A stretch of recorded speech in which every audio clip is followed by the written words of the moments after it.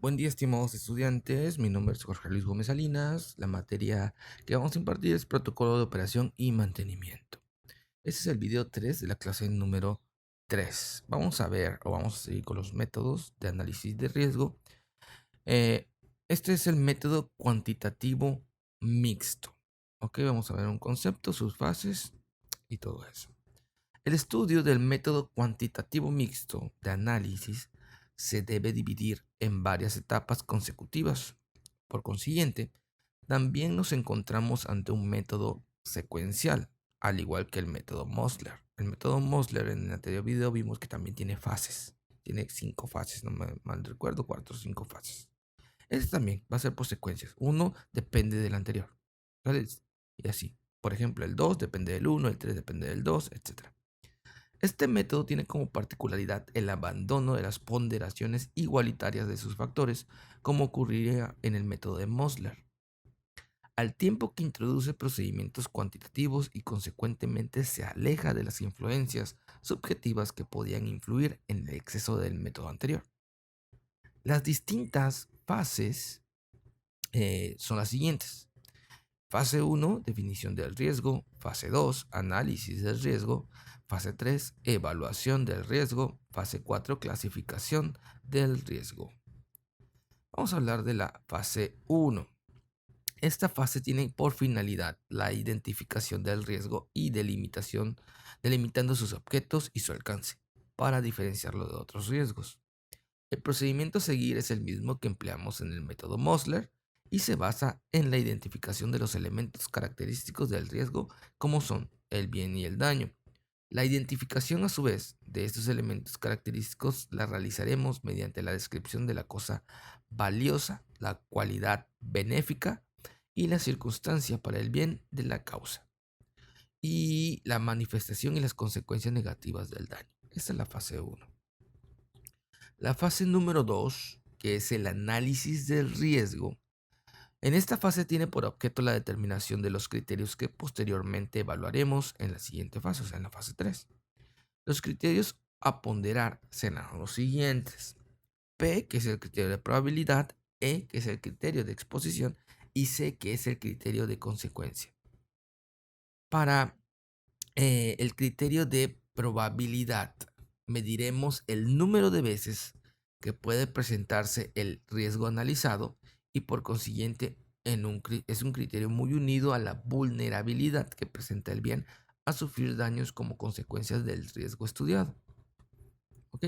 Y aquí vemos nosotros una tabla de tabulación del criterio de probabilidad donde vemos la descripción que mide el número de veces que puede presentarse el riesgo analizado. Por consiguiente es un concepto que está muy unido a la vulnerabilidad que presenta el bien a sufrir daños como consecuencia del riesgo estudiado. Y viene la graduación, en este caso del 10 al 0.1, y el 10 sería ocurre casi seguro o es lo que más probable que ocurra. El 6 sería puede ocurrir el 50% de las veces. El 3 sería es posible pero poco usual. El 1 remotamente posible. El 0.5 concebible aunque nunca ha ocurrido.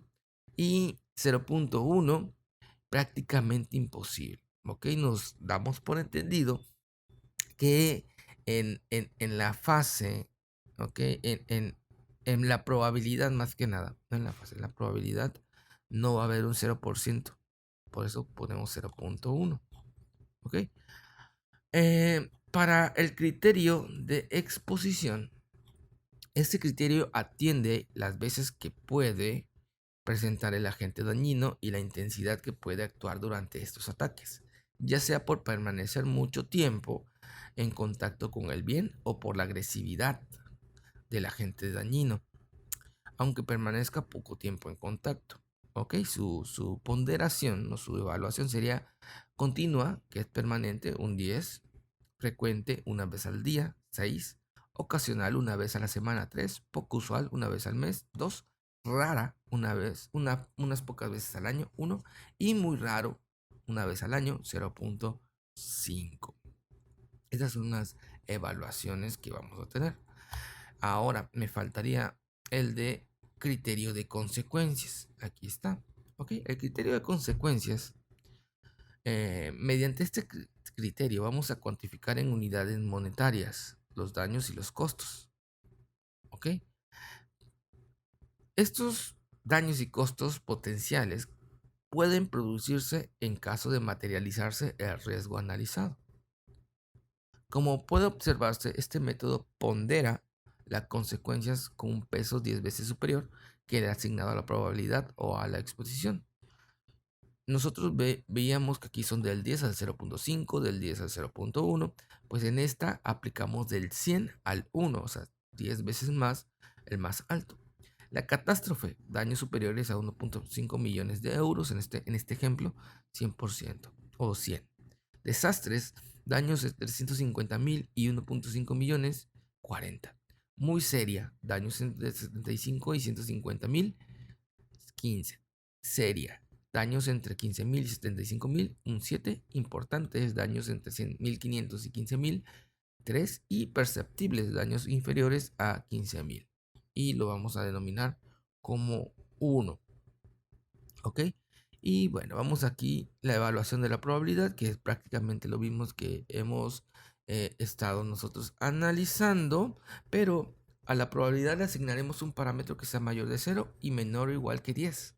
Es de destacar, si bien el concepto de probabilidad aplicado a este método es similar al concepto estadístico, no así su cuantificación, pues en estadística sabemos que la probabilidad siempre oscila entre 0 y 1, siendo 0 cuando estemos ante la certeza absoluta de no ocurrencia del suceso estudiado y 1 cuando se presente la certeza absoluta de ocurrencia.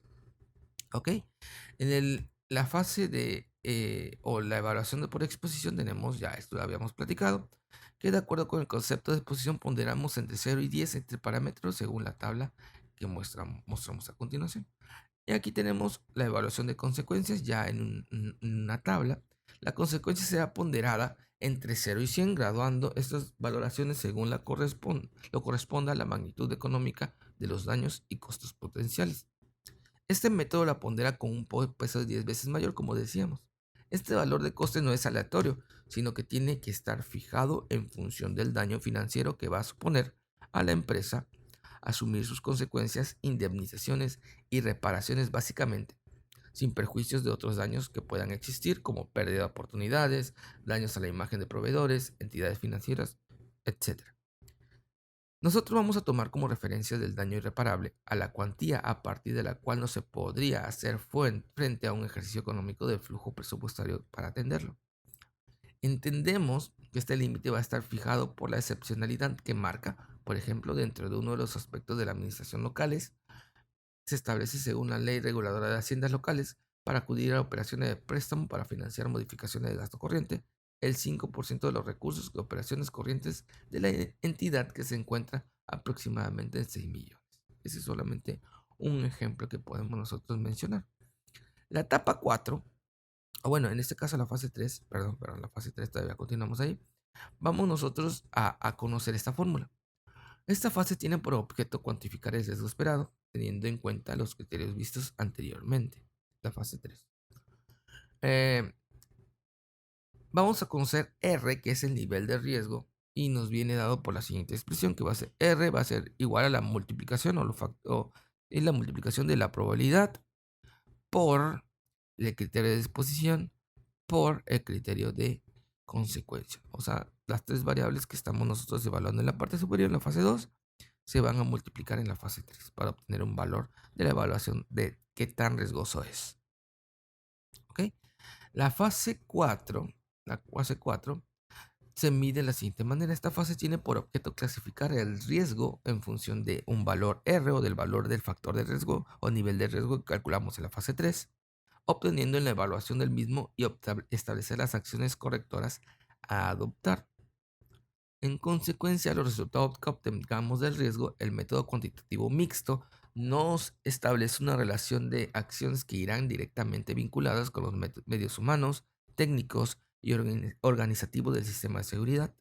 En ellos debemos plantear en el plan de seguridad qué acciones se tomarán y resolución de las mismas. Esto nos servirá para establecer con qué celeridad deben tomarse las medidas en caso de que se produzca algún suceso. Y bueno, tenemos nosotros aquí los, los niveles de riesgo de 0 O sea, los valores de R, si están entre 0 y 20, se clasifican como aceptables, ¿ok?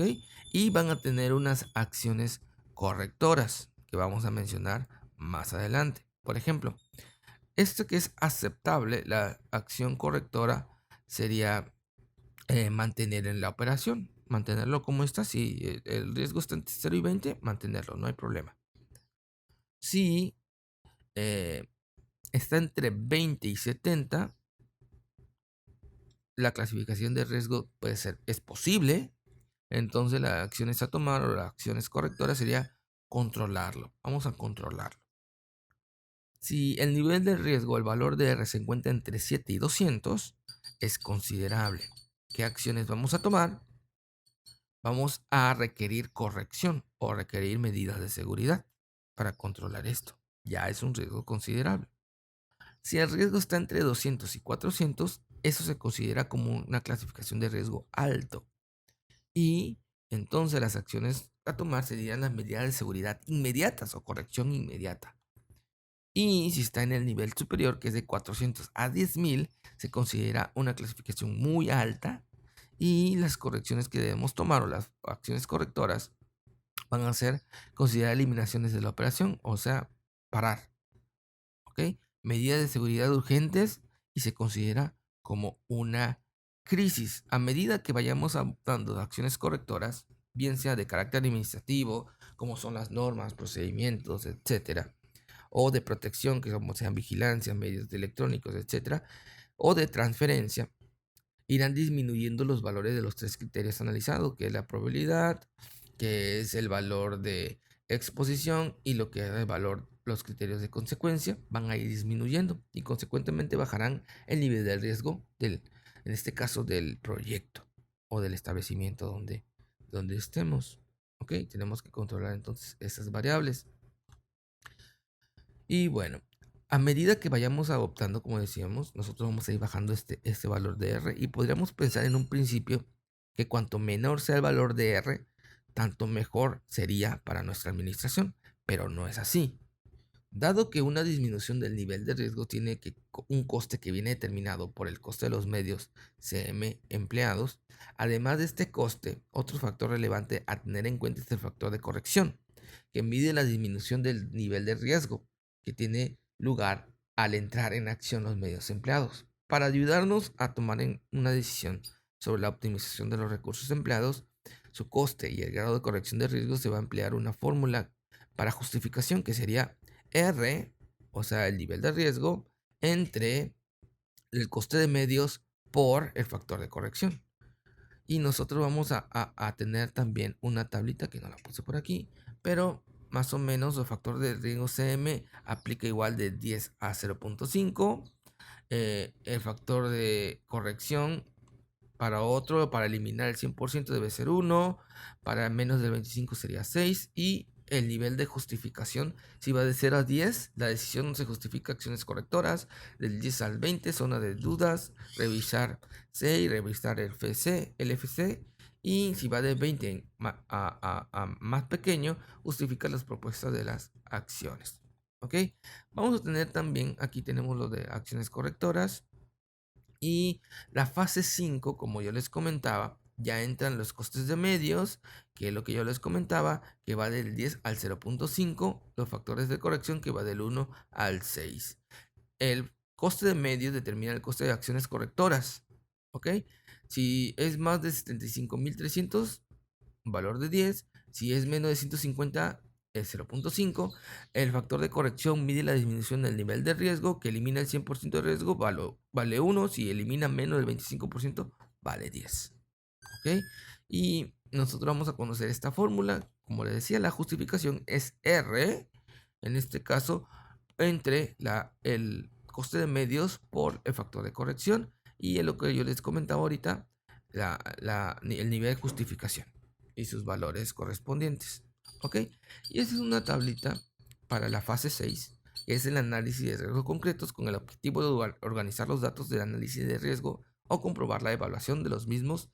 Vamos a tener que organizarlo con arreglos en una tabla parecida, donde tenemos los criterios de probabilidad, de exposición, tenemos qué tipo de riesgo va a ser y lo vamos evaluando. El de consecuencia, el valor de riesgo, que es la multiplicación de los tres factores, la clasificación de riesgo, el coste de los medios, el factor de corrección, la justificación y al último la decisión. ¿Se justifica o no las acciones correctoras? Esta es una tablita que vamos a tener que usar al momento de hacer análisis de riesgos por este método.